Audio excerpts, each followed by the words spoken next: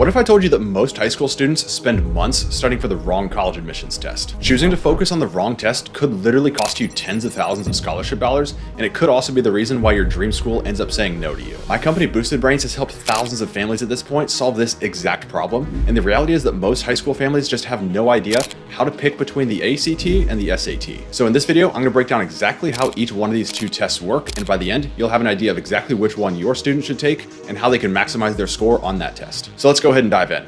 First, we'll start off by looking at the SAT, which has gone through a number of different changes in the past few years. And as someone who spent 5 years teaching both the ACT and the SAT, we'll give you the full breakdown between the two ones. So ever since 2016, the SAT has had two main sections of the test. They've had the reading and writing section, and they've had the math section. Now, the reading and writing section combines both reading comprehension and English grammar, as well as a little bit of data interpretation as well, somewhat similar to the ACT's science section.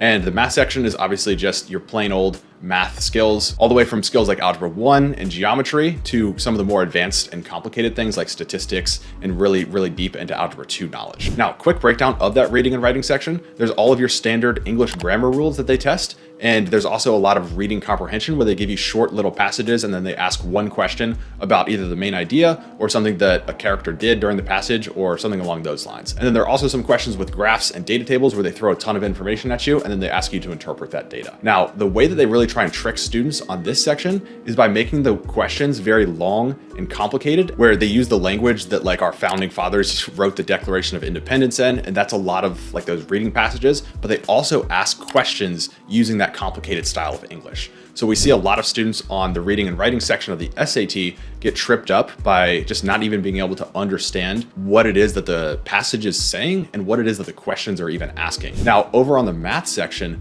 they have a wide variety of different difficulty levels. So there are very basic questions, super simple algebra questions, very basic rudimentary geometry questions, but then it ranges in difficulty all the way up to very complicated quadratic formula questions where you're looking for solving for different roots in different scenarios, and they're giving a lot of variables and they're just making it very complicated and very theoretical in terms of the very difficult math questions. So there's a wide variety and you have to be prepared for basically everything that they could possibly throw at you. And in my opinion, the SAT has kind of always been a test where they use very complicated wording and very complicated language to try and trip students up. And then back at the beginning of 2024, they completely overhauled the test and they went to this brand new digital version of the SAT. So with it, they carried forward a lot of this old style, like Shakespearean English, where they ask questions in very complicated ways, but they made a few very big changes to the format. The first thing they did is they completely got rid of the paper version of the test. So right now there's only a digital option for the SAT. So even if you like showing your work on paper, there's no option to do that. You must take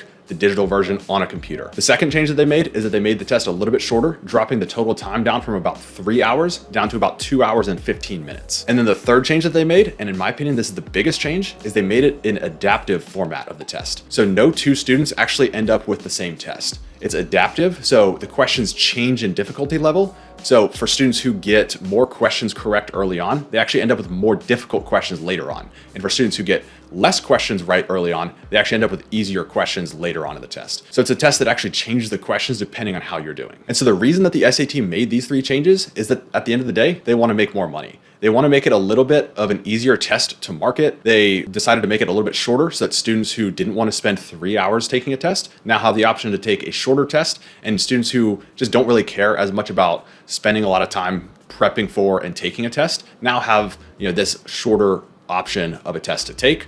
They like to consider themselves on the cutting edge of everything, and they want to make it a little bit fancier. So they've gone away with the paper version of the test, and they're not forcing students to take the digital version. And then again, a similar thing with the adaptive format. They want to seem like they're kind of on the cutting edge and they're newer and fancier. So that's why they're doing that adaptive thing as well. So as a result of these changes, it's a little bit more difficult to improve. That adaptive format kind of pushes a lot of students towards the middle, kind of towards a mediocre ending score. Now, what you should actually care about is, what's the result of all these changes? And the first thing is that a lot of the practice materials that were out there for the SAT are now completely useless because they completely changed the format and the structure and the types of questions that they ask. A lot of what we had out there to practice for and prep for the SAT is entirely useless. And that's a big complaint that we've seen a lot of families make about the SAT, is that the SAT, when students go in to actually take the test, looks nothing like the practice materials that they used to prepare for the test. And so that's one of the big impacts. And then the second big result that I see as all of these changes, then also coming off of that first impact as well, is that it's more difficult to actually get a top level score on the test. So because of obviously less practice materials being useful, and because of that adaptive format kind of pushing a lot of students towards mediocre scores, it ends up with a situation where it's actually a lot more difficult to end up with a 1580, 1550, those types of top level scores. We're seeing students a lot of times end up with just average scores. And it's a lot more difficult to break out of that average category, and because the practice materials just aren't as useful. So if you look overall at the pros and cons list here, the pros of taking the SAT is that if you do like that adaptive format and you like the questions getting more difficult the more that you get right,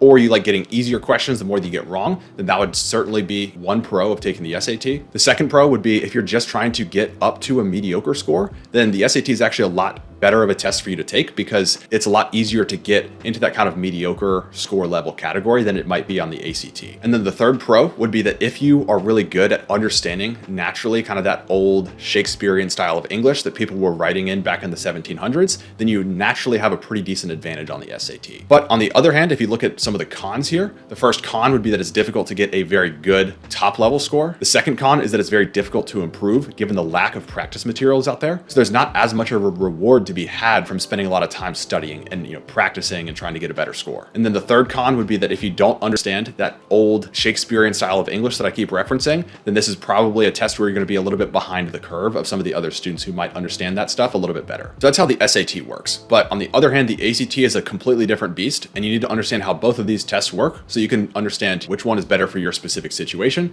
and make the best decision about which one you want to focus on. So the first thing you have to know here is that both of these tests are treated completely equally by all colleges. There is not one single college that looks more favorably upon the ACT versus the SAT or the SAT versus the ACT. When colleges are evaluating a student's application and admissions officers are looking at a student's profile, they really just punch their score, whichever one they submit, they punch that score into a conversion calculator, and then they look at all students as if they're on some sort of equal footing. There's no preference given to either test. So that's something that you should definitely keep in mind. But as for the ACT breakdown, there's always been 4 sections to this test: English, math, reading, and science. And now the science section is actually becoming optional. So we'll talk about that in just a second. The quick details on the ACT is that you can actually choose to take it on paper or computer. So you have the option, unlike the SAT, where they're forcing you to take it on the computer. On the ACT, you can choose to take it on paper, which I actually recommend that all of our students do, because there's a couple little tricks and tips that we can use to improve our scores by showing work on paper and drawing lines and stuff like that. But you do have the option to take paper or digital for the ACT.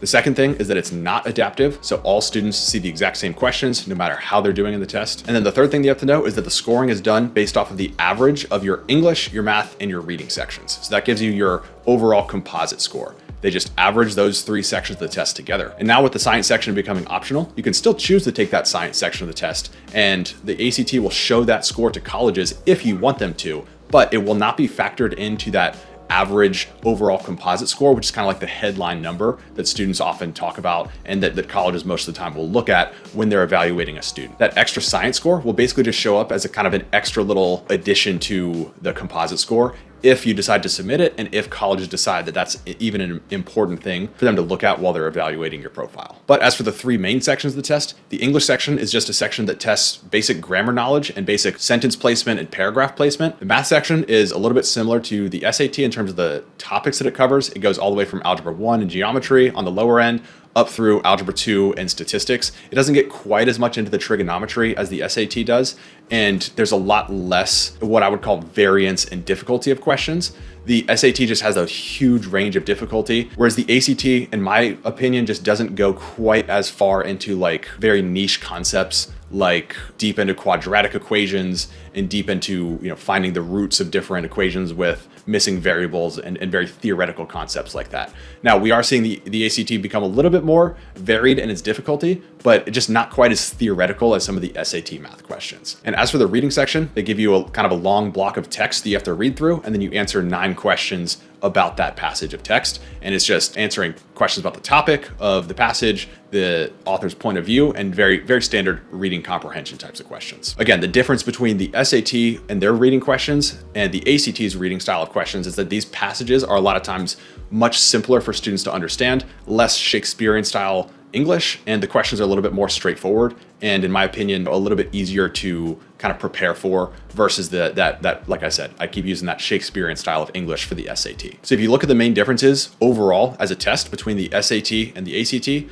on the ACT, the questions are a little bit more straightforward, and that makes them a little bit easier to prepare for. The second thing is that on the ACT, there is a little bit more timing pressure, although this has been reduced a little bit with the enhanced ACT. They've now added a little bit more time per question, which was kind of a big complaint that a lot of people had about the ACT in the past. And as for the overall timing of the test, they actually brought that down as well. So it used to be a 3-hour test, and with the new enhanced ACT, they've actually brought this down just perfectly to match the SAT, where it's about 2 hours and 15 minutes if you take it without that science section. So the timing is becoming a little bit more similar between the SAT and the ACT nowadays. But there is still a little bit more timing pressure in terms of number of seconds per question that you have on the ACT. And then the third difference is that the ACT has a lot more practice materials out there where students can actually see kind of what types of questions they've asked in the past. And because they don't change the style of questions, they don't change the format of the questions that show up on the ACT, it's a lot more consistent, and you can use those practice materials to your advantage. So this leads directly into the question of how easy is it to actually improve on the ACT compared to the SAT? And from all the things that I've just mentioned, specifically, the most important thing being that format and the types of questions being way more consistent and the practice questions being a lot more useful on the ACT, it's become a lot easier to improve on the ACT. And we actually know this. We know that the test stays more consistent. I personally still take the test myself pretty frequently. And my team of coaches at Boosted Brains, they also take the test pretty regularly and pretty frequently so that we can stay up to date on things. We see how the trends are changing. And on the ACT, the trends just aren't changing that much compared to the SAT, where the format is a little bit more inconsistent. And now this consistency in test format actually allows students to prepare for the test with kind of what I like to call like muscle memory. One of my students actually had a really good analogy for this. His name was Nick, and he was a basketball player. And so he used the analogy that like prepping for the SAT was like taking one practice shot from the 3-point line and then one practice shot that was a layup, and then taking a half-court practice shot. And there's just no consistency in what you were preparing for versus what the actual test was going to give you. Whereas the ACT, in his opinion, was more like just consistently shooting free throws. Every single time that you would go out there and take the ACT, it was like you were able to practice for it because you knew you were just taking a free throw. There were no distractions, there was no defense. It was just, if you had practiced your free throw, you had practiced your motion, whatever it is, of how you're gonna prepare for that free throw and how you're gonna take that free throw. The distance is staying the same every time. It's like 12 feet or whatever of a free throw. I don't know because I'm not a basketball player. But the analogy is basically that it's a lot easier to prepare for something when the shot stays consistent or when the test format stays consistent. And that's where Nick actually had a little bit of a stagnant SAT score. But when we transitioned over to the ACT, he was able to actually take his starting score of a 24 on the ACT and improve that pretty significantly up to a 31. That's a jump in scores that's almost impossible on the SAT, but it is possible on the ACT. And that's pretty much exactly how we've designed our coaching program at Boosted Brains. The first thing we do is we go and we identify what your specific weaknesses are on the ACT, and then we build you custom drills to improve your weaknesses so that you don't keep making the same mistakes again and again. And then we just ingrain that practice. We ingrain those drills with continued practice so that it becomes muscle memory. You don't have to think about what your free throw shot is going to look like or what it's going to feel like. You've practiced it 1,000 times before, so that by the time you show up to test day, or by the time you take that free throw in the middle of an actual game, you're not thinking about it. You're just reacting. The muscle memory is already built, and you're not surprised when you see a question show up because you've seen that question or something very similar a lot of times before. But I digress. Quick recap of the pros and cons of the ACT. The pros is that it's not an adaptive test. There's a lot more practice material, and you can have the option to take it on paper or on digital format, depending on whatever you prefer. And on the other hand, the biggest con of the ACT, in my opinion, is that if you don't take time to prepare and if you don't have a plan to actually, utilize all those resources, then the other students who are utilizing those resources are going to do much better than you are, and you're not going to get a lot of the benefit that you could have on the ACT. Now, if this is you and you don't really have a good plan, you don't know how long to prepare for the test, you don't know any of the details, and you don't know what a good plan might look like for your situation, then I actually created a completely free free guide to ACT planning. So you just answer 5 quick questions so we can personalize that guide to your situation. And then we go ahead and send you a full detailed step-by-step process of what you should do and what the pros and cons might be for your specific situation. So check the link in the description down below. There should be something on how you can download that and get off on the right foot for the ACT planning. Now, to wrap things up here, which test should you take? And you can probably already guess what I'm going to say, but the first thing that I do have to recommend is that everybody should go all in on just one test. Because all colleges treat both of these tests as completely indistinguishable from one another, and they just punch your score into a conversion chart and SAT becomes completely the same as ACT, pick one test and go all in on it. It does not help you to have mediocre or pretty good scores in both tests compared to just having one really great score on one of the tests. The student who applies with a 35 on the ACT is going to be better by a long shot from the student who applies with a 1350 on the SAT and a 30 on the ACT. This 35 student is going to blow the other student out of the water. So there's no reason to spread yourself thin and try and prepare for both tests when you can just go all in, spend all your effort trying to get that 35 and become that better applicant yourself. And so as for my recommendation here, I can say that I did teach both of these tests for 5 years. I spent 5 years prepping students for both the SAT